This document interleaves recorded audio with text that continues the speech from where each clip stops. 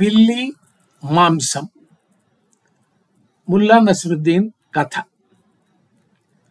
ముల్లా నసరుద్దీన్ తెలివిగలవాడేమో కానీ కలిమిగలవాడు మాత్రం కాదు. ఒకనాడతను ఎవరినో తన మాటలతో మచ్చిక చేసి 2 సేర్ల మాంసం సంపాదించాడు.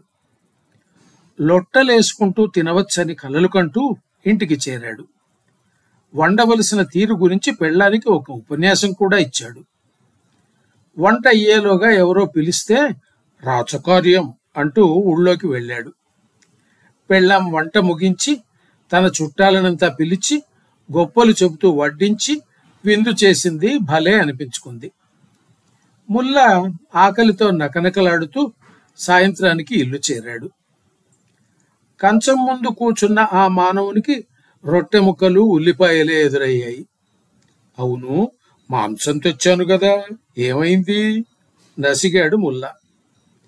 వండేలోగా మీ వాయిదారి పిల్లి వచ్చి పొట్టన పెట్టుకుంది.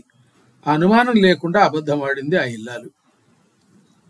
ముల్లా లేచి వెళ్లి ఓ తక్కెడ తెచ్చాడు.